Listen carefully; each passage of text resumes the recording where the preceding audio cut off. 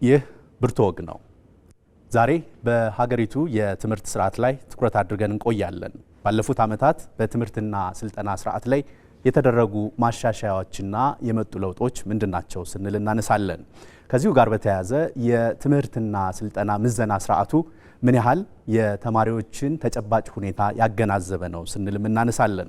በተለይ ባለፉት 3 ዓመታት ለ12ኛ ክፍል ተማሪዎች በተሰጠው ሀገር አቀፍ የዩኒቨርሲቲ መግቢያ ፈተና 2.3 ሚሊዮን የሚደርሱ ተማሪዎች ዩኒቨርሲቲ መግባት እንዳልቻሉ ቀደም ሲል በ3 ዓመት የወጡ ሪፖርቶች ያሳያሉ። እነዚህና መሰል ጉዳዮች የዛሬው የብርቱ ወግ መቆያዎች ናቸው። የትምህርት ሚኒስትሩ ፕሮፌሰር ብርሃኑ ነጋ ለሚነሱላቸው ጥያቄዎች ምላሽና ማብራሪያ ሊሰጡን እዚህ ስቱዲዮ ተገኝተዋል። ሀብታሙ ደምስ ውይይቱን እመራለሁ። እስከ ፕሮግራማችን ፍጻሜ አብራችሁን ቆዩ። እንኳን ደህና መጡ። እንኳን ደህና ቆዩ። ባለፉት 3-4 ዓመታት ከዚያም ትንሽ ቀደም ብሎ በትምህርት ስርዓቱ ላይ የተደረጉ ማሻሻያዎች ምን ተጨባጭ ለውጥ አመጡ? ላለፉት 4 ዓመታት የለውጥ ሂደት ነበር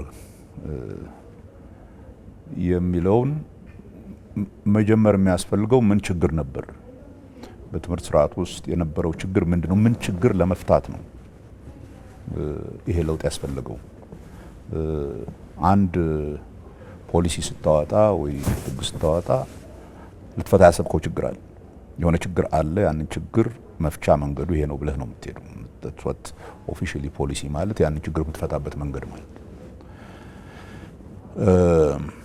የትምህርት ስርዓቱ የነበረበት ችግር ገና የዚህ ሀገር የፖለቲካ ለውጥ ሲመጣ 2010 2011 ከተነሱት ዋና ዋና ጉዳዮች ውስጥ አንዱ የትምህርት ስርዓቱ ብልሽት ነበር። እንደኔ እድል አግኝቶ ትምህርት ሚኒስቴርን በውስጥ ገብቶ ለማየት የቻለ ሰው የሚለው ነገር ችግሩ ከተገመተውም በላይ በጣም አስቸጋሪና አደገኛ እንደነበረ፣ አንድ ሀገር በትምህርት ስርዓቱ ውስጥ የሚያፈራቸው ልጆች አገሪቱም ሄዶ ወደምትፈልግበት ሊወስዷት የሚችሉ ክህሎት ያላቸው፣ ግብረ ገብነት ያላቸው፣ ከማህበረሰብ ጋር አብሮ መኖር የሚችል ባህሪ ተላብሰው የሚሄዱ ካልሆኑ የጊዜ ጉዳይ ነው እንጂ ህብረተሰቡ በጣም የከፋ ችግር ውስጥ ነው የሚወድቀው። ኢትስ ኖት ጀስት የትምህርት ስርዓት ችግር ብቻ ሳይሆን የአገር መረጋጋትና መኖር ችግር ውስጥ ነው የሚቀጥለው። ለዚህ ነው በየትም ሀገር የትምህርት ስርዓትን በሚመለከት ያለው እንትን የህብረተሰቡ አጠቃላይ ስሜት ያረፈበት ነው። እንደ አገርም በመንግስትም በኩል በትምህርት ላይ አጽንኦት መስጠት የውዴታ ጉዳይ ሳይሆን የግዴታ ነው። ስለዚህም ነው ትምህርት ሚኒስቴር ስገባ ለመጀመሪያ ያደረግነው የችግሩን ጥልቀት እና ግዝፈት ለማየት ነበር የሞከርነው። እኔም ከመምጣቴ በፊት የተጀመሩ ስራዎች ነበሩ። ከዛ በፊት የትምህርት ሴክተሩ ላይ ጥናት ተካሂዷል። ከዛ ጥናት ተመስርቶ ሮድማፕ ተዘጋጅቶ እንዴት እንደምንሄድበት መንግስት እንዴት ሊሄድበት እንዳሰበ እኔም ትምህርት ሚኒስቴር ከመምጣቴ በፊት እንትን ያደረገው ያስቀመጠው ያካሄድ እንትናል። በዚህ በቀላሉና ጠቅለል አድርጎ ለሁሉ ሰው ሊረዳው በሚችል መልክ ለማስቀመጥ ብንሞክር የትምህርት ስርዓታችን ብልሽት መሰረቱ ምናልባትም ጥሩ አስቦ ሊሆን ይችላል ሲጀምር ይሄ ሂደት በቂ የሀገራችን ልጆች ትምህርት የማግኘት እድል የላቸውምና የትምህርት እንትን መስፋት አለበት የሚል ከፍተኛ እንቅስቃሴ ነበር የጀመረው። ከጃንሆይ ጊዜ በኋላ በደርግ ጊዜ የተጀመረ ማስፋፋት ነው። በኢህአዴግም ጊዜ በጣም በሰፊው ትምህርት ቤቶች ለመስራት ተሞክሯል። ይሄንን የማዳረስ ስራ በሚሰራበት ጊዜ ግን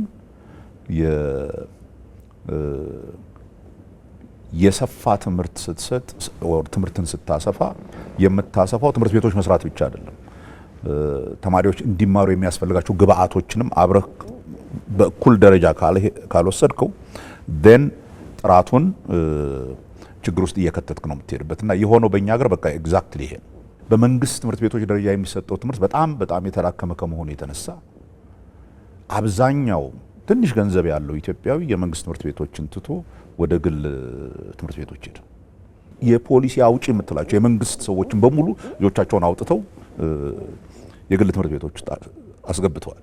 አሁን እርስዎም ከመጡ በኋላ ማሻሻያውም ከተደረገ በኋላ እነዚህ ወጥተው የነበሩ ተማሪዎች መንግስት ትምህርት ቤት ተመልሰዋል። ገና ነው። እሱማ ገና ነው። ብቁ የትምህርት አውድ ያለበት ትምህርት ቤት ነው ማለት አይቻልም። መሰረተ ልማት እርስዎም ትምህርት ሚኒስቴርን ከተቀላቀሉ 4 ዓመታት አልፈውናል። እነዚህን ልጆች ማምጣት የሚያስችል ጊዜ አልነበረንም ወይ? በፍጹም በ4 ዓመት 10 ዓመት ከበቃን ጎበዝ። እኛ ባለፍንበት እርስዎም በነበሩበት ጊዜ ያለፍንበትን ያህል አንድ ትውልድ ጠብቀን ለውጥ ይመጣል ብለን ማሰብ በራሱ ትክክል ነው ወይ? ኢመርጂንግ ቴክኖሎጂ ኤአይን ጨምሮ ወደዚህ ዓለም ከመጣ ስንት ዓመቱ ነው?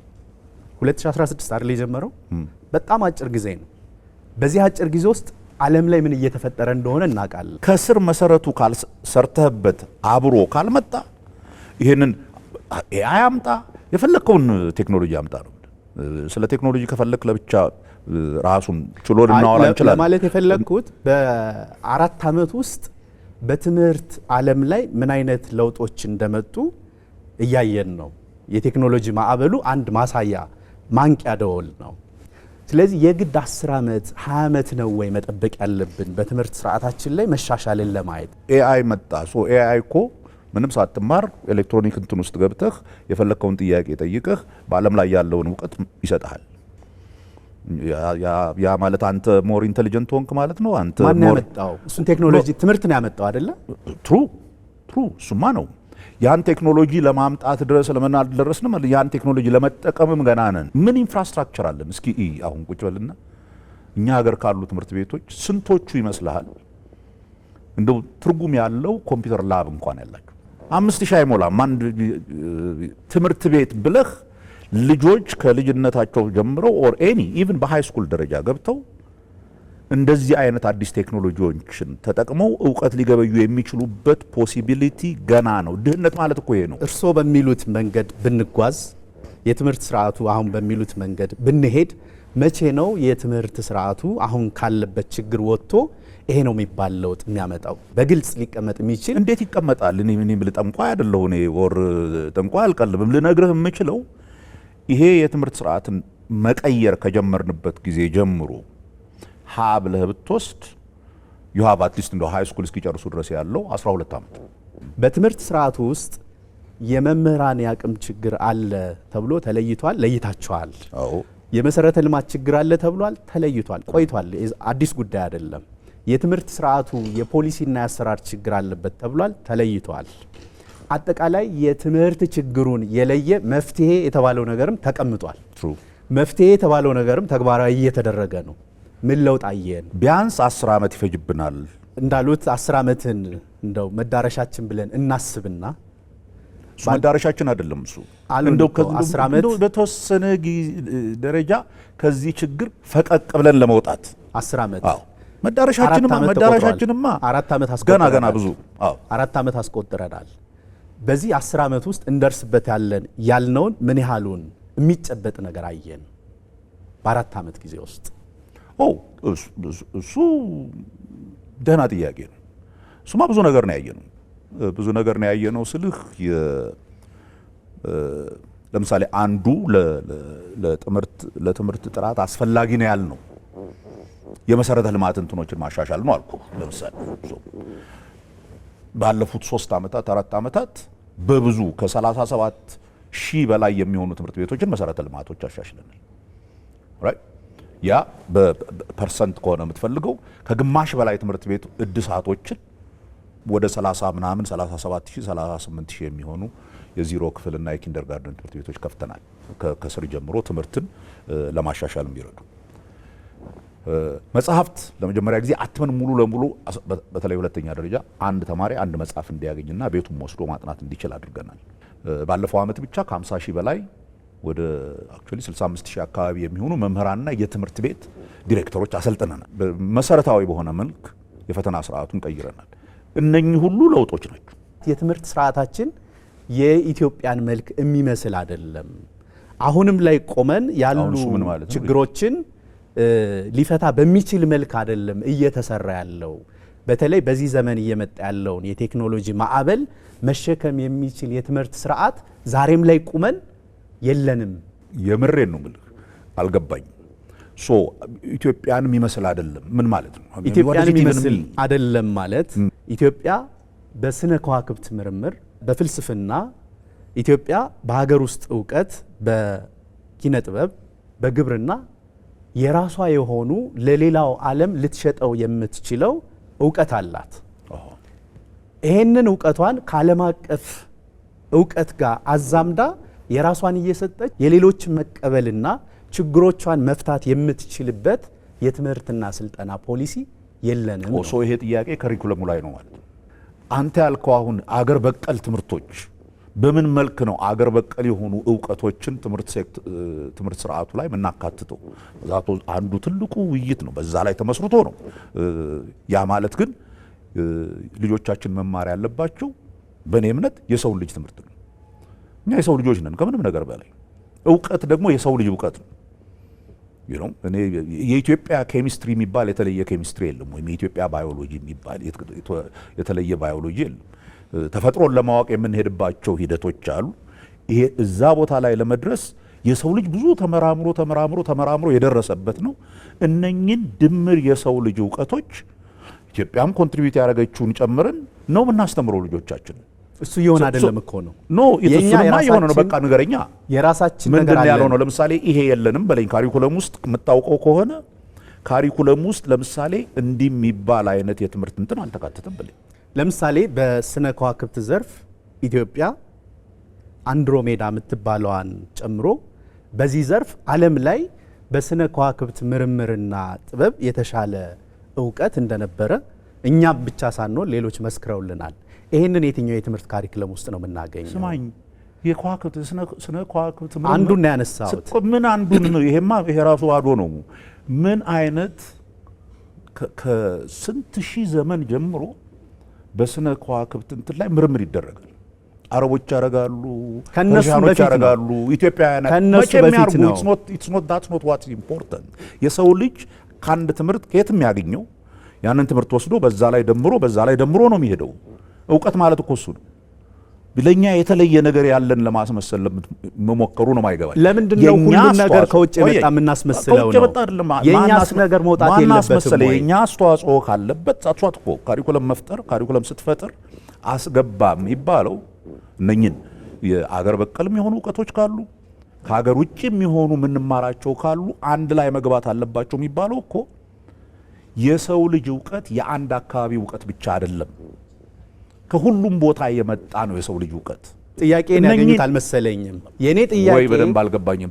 የኔ ጥያቄ ኢትዮጵያ የኔ የምትላቸው በዘመናት ሂደት ውስጥ አዳብራ ያቆየቻቸው የራሷ መገለጫ የሆኑ ኢትዮጵያዊ መልክ ያላቸው ለዓለም ልትሰጠው የምትችለው ዕውቀት በየዘርፉ አላት። አሁን ካለው የትምህርት ስርዓቱ ውስጥ አልገባም። የአስትሮኖሚ ጥያቄ ነው። አሁን ካለው የአስትሮኖሚ ዕውቀት የተለየ ዕውቀት ነው የምንለው የኢትዮጵያ እንትን ምንድን ነው? ለምሳሌ የቀን አቆጣጠራችን ከስነ ከዋክብት ፍልስፍና የሚመነጭ ነው። ኢትዮጵያ ቀን የምትቆጥርበት መንገድ መነሻው ከዋክብትና የፀሐይ ዙረቶች ናቸው። እነዚህ ዕውቀቶች ዓለም ላይ ልናገኛቸው አንችልም። እኔ የምልህ እናንተ አንድ ሰዓት የቴሌቪዥን ፕሮግራም ላይ የኢትዮጵያ ዕውቀቶች ተካተዋል አልተካተቱም በሚል እንከራከር። የኛ የምንለው ነገር በሳይንስ መደገፍ አለበት፣ ከኛ መውጣት አለበት። ህንድ በመድኃኒት እዚህ የደረሰችው መነሻዋ ምን ነበር? ቅጠል እኮ ነው ሲበጥሱ የነበሩት አይደል? እኛም ሀገር ያ ባህል አለ። ያንን ሳይንስ አድርጎ በቲዮሪ አስደግፎ ዓለም በሚፈልገው ደረጃ ላይ ማድረስ የትምህርታችን ስራ ነው። አሁን እነዚህ ዕውቀቶች ካሪክለማችን ውስጥ አሉ ወይ ነው? ከኛ የተለየን ይሆን? ምንም የተለየ ነገር አይደለም። የተለየንም የሰው ልጆች አለን እኮ የተለየ ነገር አለን። ያው ከምንም ነገር በላይ የሰው ልጆች ነን። አንስተናል እኮ አሁን አንድ ሁለት ብለን ጠቀስን አይደል እንዴ? እነዚህ የኛ ነገሮች ናቸው፣ ከኛ የወጡ ናቸው። ኢትዮጵያዊ መልክ ያላቸው ናቸው። አሁን አንተ የምትለው ነገር ከሆነ ይሄንን ለዓለም እንናገር እኮ ነው፣ እንታጠር አይደለም። የትምህርት ስርዓቱ ይሄንን ይጋብዘን። አይከለክልህም። የት ነው የከለከለ? ስለሌለ እኮ ነው አይደል? የት ከለክ ኖ እሱ ነው ስህተቱ። እሱማ አይከለክልህም። አንድ የባህል ዕውቀት አለኝ የሚል ሰው የባህል እውቀት አለኝ፣ ኢትዮጵያዊ የሆነ የባህል እውቀት አለኝ የሚል ሰው ይሄን እውቀት ዓለም እንዲያውቅልኝ ይፈልጋለሁ፣ ዓለም ሪኮግናይዝ እንዲያደርግልኝ ይፈልጋለሁ ካለ መሄድ ያለበት የሳይንሳዊ ሜተድ አለ። በዛ ሜተድ መሄድ አለበት። ሄዶ እንዴት አድርጎ ምርመራ እንደሚያደርግ እንዴት አድርጎ የተለያዩ የላቦራቶሪ ምርመራዎች አድርጎ እዛ ጋር ደርሶ ኤንድ ያንን እውቀቱን ደግሞ ለሌሎች ለቆ በሉ ካልፈለጋችሁ ቴስት አርጉኝ፣ ተሳስቼ ከሆነ ፕሩፍ አርጉኝ ብሎ ሲሰጥ ነው ሳይንስ የሚሆነው። ወደ ዩኒቨርሲቲ የሚገቡ የ12ኛ ክፍል ተማሪዎች ፈተና ይሰጣቸዋል። ዩኒቨርሲቲ ቆይተው ዩኒቨርሲቲ ውስጥ እንግዲህ ፈተናም አለ አይደል? ዩኒቨርሲቲ ውስጥ 3 ዓመትም 4 ዓመትም ሲቆዩ ሌሎች ተከታታይ ፈተናዎች አሏቸው። እዚያው መውጫቸው ላይ ሌላ ፈተና ይሰጣቸዋል። እነዚሁ ሰዎች ስራ ዓለም ውስጥ ሲቀላቀሉ አስተማሪም ከሆኑ ሐኪምም ከሆኑ የህግ ባለሙያም ከሆኑ አሁንም ፈተና ይሰጣቸዋል። ማስተርስ እና ፒኤችዲ መስራት ቢፈልጉ አሁንም ልክ ጋትና ናሽናል ጋት እንደሚሰጠው ሌላ ፈተና ይሰጣቸዋል። የዚህ ሁሉ ፈተና ዓላማው ምንድን ነው? ፈተናዎች የሚያስፈልጉት አንድ ሰው አንድ የዩኒቨርሲቲ ሃይ ስኩል ዋትኤቨር ኢት ኢዝ አንድን ልጅ አስተምሮ ያንን እውቀት አግኝቷል አላገኘም የሚለውን ለማወቅ ለህብረተሰቡ ለመንገር የምትችለው ያንን ምዘና ሰጥተህ አዎ ይሄ ሚኒመም የሆነውን ያንን ነገር ለመስራት የሚያስችለውን እውቀት አግኝቷል። ፈተና እስካመጣ ድረስ ያ ሰው ብቁ ነው እንላለን ነው እያሉኝ ያለው አይደለም። የፈተናው አይነት ይለያያል። የምትሰጠው የፈተና ምዘና ስርዓት ማለት መኖር አለበት ማለት የምዘና ስርዓቱ አንድ አይነት ነው ማለት አይደል።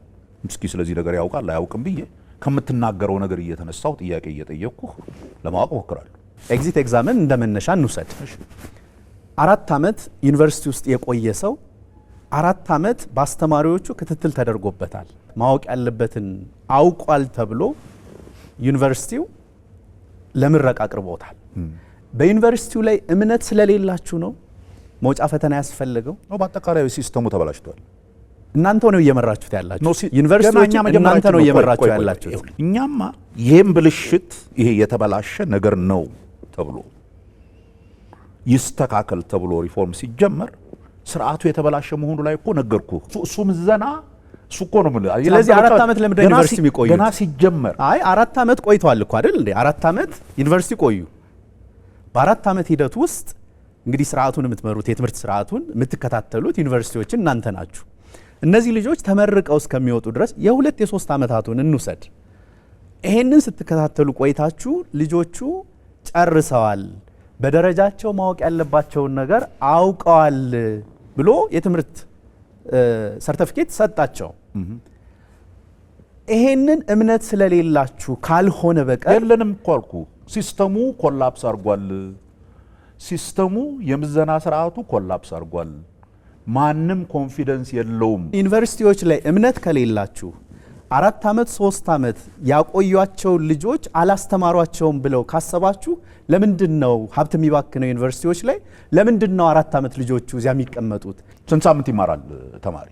አይ አስተማሪውም 2 ሳምንት 3 ሳምንት ክፍል ሳይገባ ቀርቶ ኦር መጨረሻ ላይ 3 ሳምንት ቀርቶ ሳያስተምሮ ምናምን ግን ግሬድ ሰጥቶ ቢያወጣው ተምሯል ወይ? አለፍ አሳምሽን ነው። ኖ አሳምሽን አይደለም። አይ በደንብ የሚያስተምሩ ሰዎች ምን እንዳሉ ማሰብ ያስፈልጋል። አሉ እንዴ ማን የለም ማለት ለትምህርት እያሉኝ እኮ አይደለም አላልኩህም። ቆይ አናምናቸውም የሰሩት ስራ ልክ አይደለም ማለት ምን ማለት ነው እንዴ?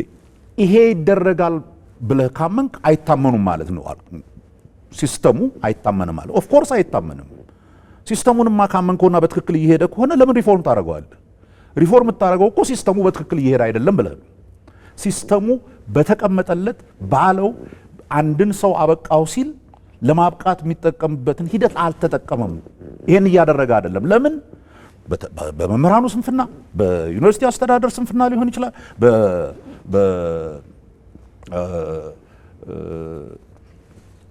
በንዝህላልነት በግዴለሽነት አንድን ሰው አንድን ልጅ አስተማርኩ ብሎ የሚያወጣ ዩኒቨርሲቲ ከምንም ነገር በላይ ለህብረተሰቡ የሚሰጠውን መልእክት በትክክል ማስተላለፉን ማመን አለበት። አስተምራቸው ናቸው ያወጣሁት።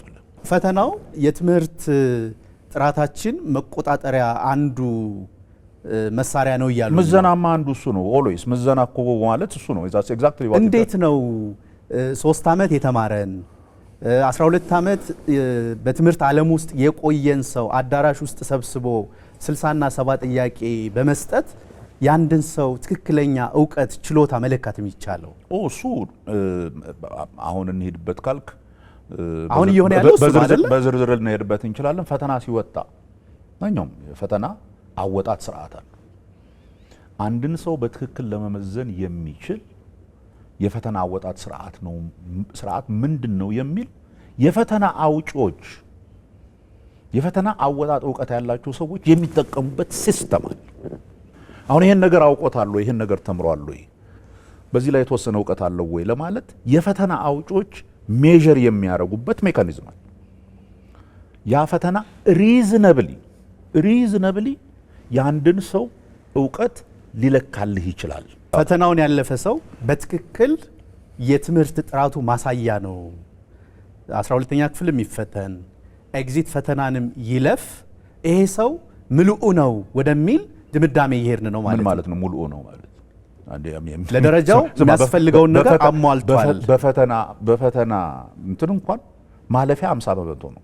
100 የሚያምጣ እንግዲህ መቼም ያለፉት 2-3 ዓመታት ፈተናዎች ምን እንደሚመስሉ ሁላችንም ከፈተና በኋላ ያለውን ነገር ምናቀው ነው። አንድ ሰው 2 ዓመት 3 ዓመት ወደ ኋላ ሄዶ የተማረውን ነገር በጥሬው ለፈተና ሊረዳው በሚችል መልክ ይዞ ገብቶ አዳራሽ ውስጥ ተፈትኖ የሚያመጣው ውጤት ነው። በተግባር እንኳን ሲፈተኑ አናይም። እንዳሉት ጋዜጠኛ የሆነ ሰው ጋዜጠኛ ሆኖ ሲመረቅ ስቱዲዮ ውስጥ መጥቶ ጋዜጠኝነትን እንዴት እንደሚሰራ አይደለም የሚፈተነው አይደል እንዴ? የሆነ ፈተና ተሰጥቶት የጽሁፍ ፈተና ምን ሸምድዷል፣ ምን አንብቧል፣ ምን ይዟል የሚባለው ነገር የሚታይበት ነው አይደለም። ተሳስተሃል። ምን ሸምድዷል አይደለም። ቤዚክ ኮንሴፕቱን በዛ ትምህርት ላይ ቤዚክ የሆነ ኮንሴፕቱን ያውቀዋል ወይ? የሽምደዳ ጉዳይ አይደለም። የተማርኩ የምትለውን ነገር መሰረታዊ የሆኑ እንደው መነሻ የሆኑ ሐሳቦችን ታውቃቸዋለሁ። ይሄ ማለት ለምሳሌ 4 ዓመት የተማረን ሰው 4 ዓመት ከተማረው ነገር ሁሉ ፈተና ወጥተህ ትሰጠዋለህ ማለት አይደለም። የምትጠይቀው አንድ ኢኮኖሚስት ከሆነ ኢኮኖሚክስ ዲግሪ ለመስጠት ከሆነ ምንድነው በኢኮኖሚክስ ውስጥ ማወቅ ያለበት ቤዚክ ኮንሴፕት። ያንን ቤዚክ ኮንሴፕት ካላወቀ ኢኮኖሚክስ ላይ ያውቅ ራይት። ሶ ያንን ቤዚክ ኮንሴፕት በሚመለከት ያሉ ጥያቄዎች ጠይቀዋል።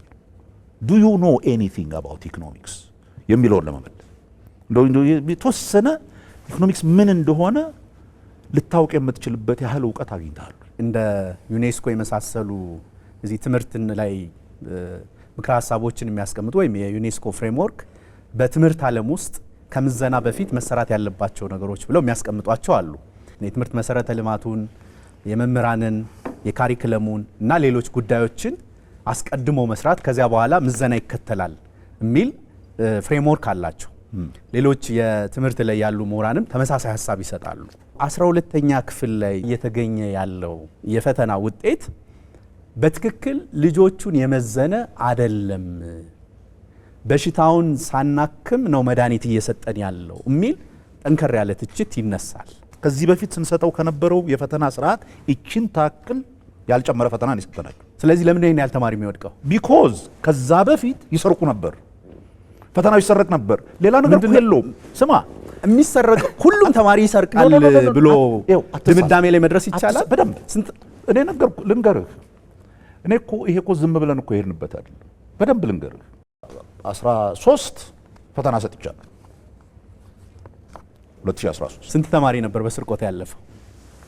68% ሰርቆ ነው ያለፈው እያሉን አሚን። ሰርቆ አይደለም ልንገርህ የሚሆነውን ነገር ያንን ፈተና በምንሰጥበት አመት የክልል ሰዎች ሽማግሌዎች አሰባስበው ገንዘብ አሰባስበው ለፈታኞች ገንዘብ ሰጥተው አስኮርጁ ይሉ ነበር። ይሄን አታውቅም ነበር? ኢንሲደንቶች ናቸው። ኖ ኢንሲደንት አይደለም፣ ኢንሲደንት አይደለም። ኢት ኢዝ ዩኒቨርሳል እኮ ነው። አየህ ምንም በቃ there is no other big explanation። ተማሪዎቹ መዳከማቸው ምንም ጥያቄ የለውም። ፈተና ያወደቁት ግን ፈተናው የተለየ ስለከበደ አይደለም። ፈተናው is exactly the same። ፈተናው እኮ የሚያሳየን መስተዋት ነው።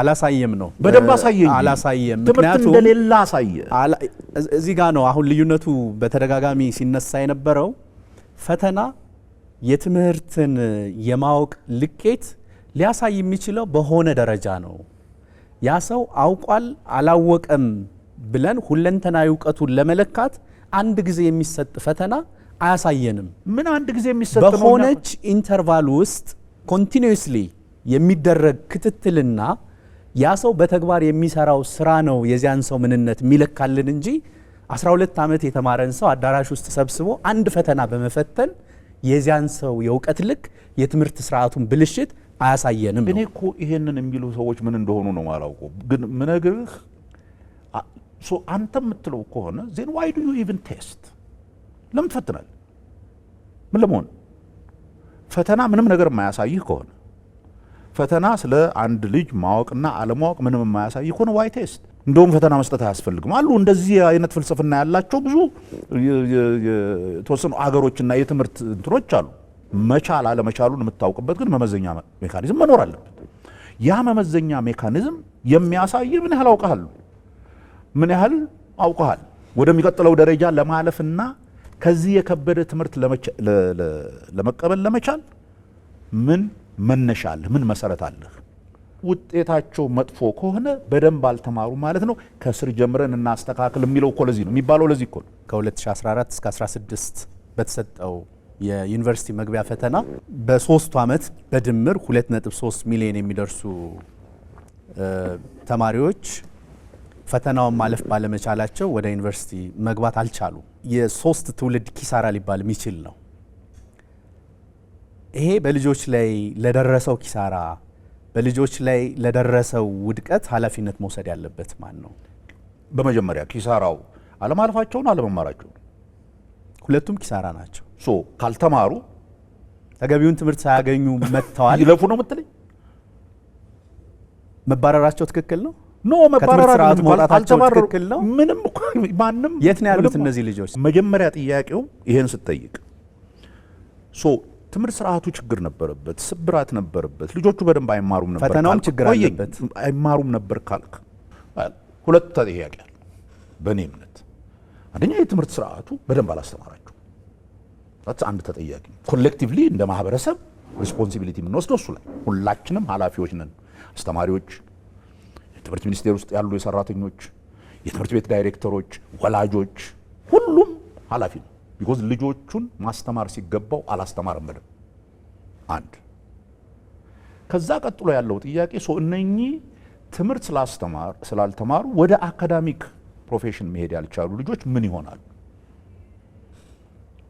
ህይወታቸው ምን ሊሆን አንደኛ በምንም ህግ ጥሩ ህይወት ለመኖር የዩኒቨርሲቲ ዲግሪ ያስፈልጋል ያለ ዩኒቨርሲቲ ዲግሪ በተለይ ከዲግሪ ማልፈ ወደ ማስተርስ ወደ ምናምን የምትሄድ ከሆነ አንተ አካዳሚክ ፍላጎት ስላለ የአካዳሚክ ፊልድ ኢንትረስት ስለሚያደርግ ሪሰርች ስለምትፈልግ ማስተማር ስለምትወድ ነው እንጂ አብዛኛው የዓለም ህዝብ ዲግሪ ሆልደር አይደለም ኢቭን ትላልቅ የምትላቸው ሀገሮች ውስጥ ባለ ዲግሪ አይደለም ማን ጀርመን 20% አይሞላም ዲግሪ ሚኖር አይ እንደው እኛው ላይ ማረግ ያለበት ለመጣለሁ እኛ ምንድነው ያደረግነው መደረግ ያለበትና ሆነ ያለበት ለአገር የሚያስፈልጉ ጥሩ ኑሮ ሊያኖሩ የሚችሉ ብዙ ክህሎቶች አሉ ሰው ሁሉ አካዳሚሻን አይሆንም አንዳንዱ ጎበዝ አናጢ ሊሆን ይችላል ጎበዝ ግንበኛ ሊሆን ይችላል ጎበዝ የቤት ሰራተኛ መሐንዲስ ሊሆን ይችላል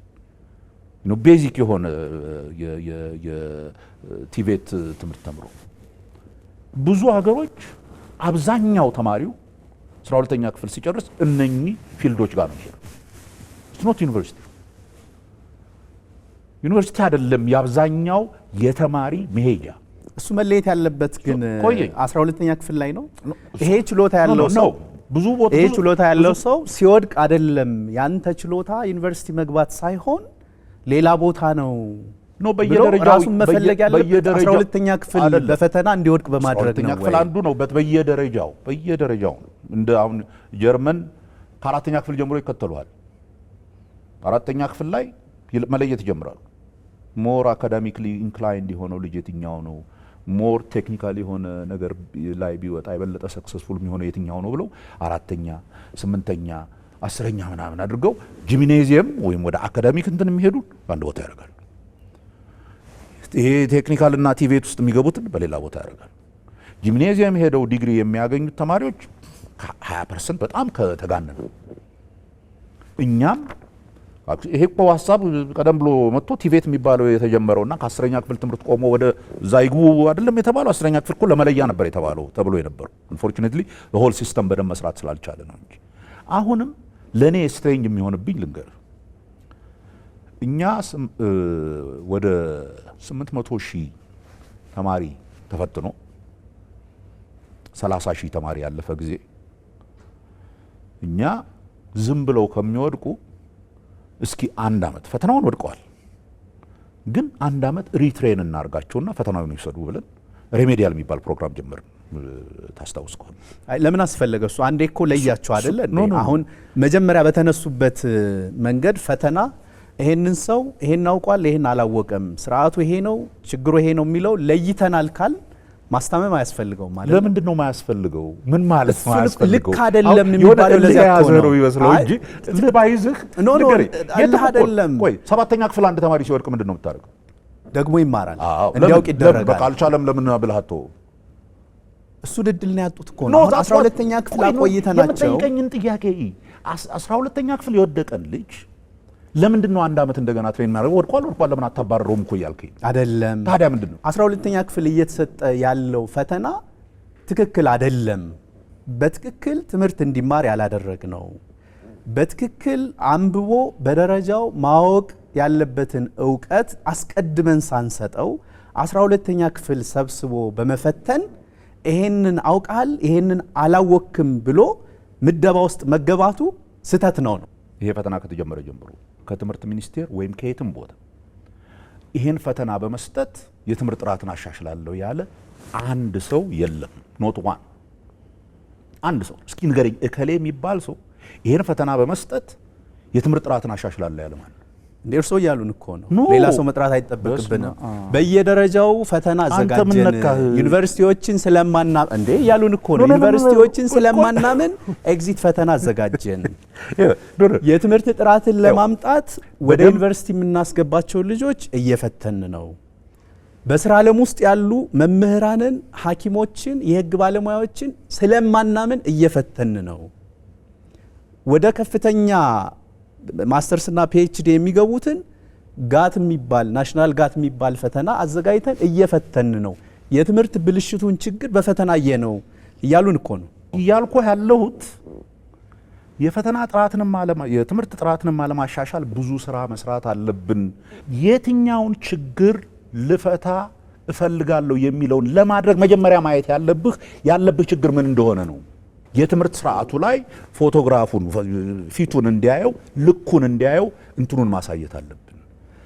ያኔ የችግሩን ጥልቀት ስናገኝ ለዛ የችግር ጥልቀት የሚሆን መድኃኒት እንሰጣለን፣ መፍትሄ እንሰጣለን። የ2017 የ12ኛ ክፍል ፈተና ይሰጣል። ምን ውጤት ነው የምንጠብቀው? ምን ማለት ነው? ምን ውጤት እንጠብቅ? ፈተናው በትክክለኛና ኢንቴግሪቲ ባለው መልክ የልጆችን ችሎታና ዕውቀት በሚፈትን መልክ ይሰጣል። ካለፈው ዓመት የተሻለ ያልፋል ብዬ እጠብቃለሁ። ካለፈው ዓመት የተሻለ ያልፋል ብዬ የምጠብቅበት ምክንያት ደግሞ ምክንያቱም አንዱ በየትምህርት ቤቱ የሚሰጠው የትምህርት አሰጣጥ እየተቀየረ ነው።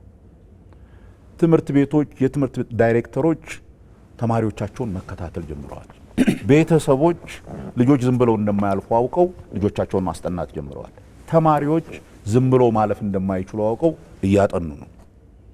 እነኚህ ሁሉ ተጨምረው እንደ በፊቱ ሰርቆ ሳይሆን አጥንቶ አውቆ የሚያልፈው ተማሪ ቁጥር ባለፈው ዓመት ከነበረው ይጨምራል። በስንት ይጨምራል? ተስፋ መመኘውን ብነግር 10% ቢያልፍልኝ ደስታው ናቸው። ትምህርት ስርዓቱ እንዲያፈራ የምንፈልገው ብቃት ያላቸው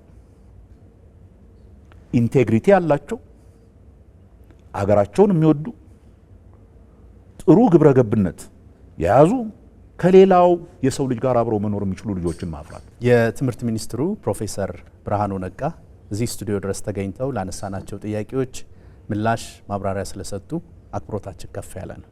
በጣም አመሰግናለሁ። የፕሮግራማችን ተከታታዮች የዛሬው ብርቱ ወግ በተከታተላችሁት መልክ ተጠናቋል። ላነሳናቸው ጥያቄዎች ምላሽና ማብራሪያ እየሰጡ የትምህርት ሚኒስትሩ ፕሮፌሰር ብርሃኑ ነጋ እዚህ ስቱዲዮ አብረውን ቆይተዋል። ሀብታሙ ደምስ ውይይቱን መርቻለሁ። ጤና ይስጥልን።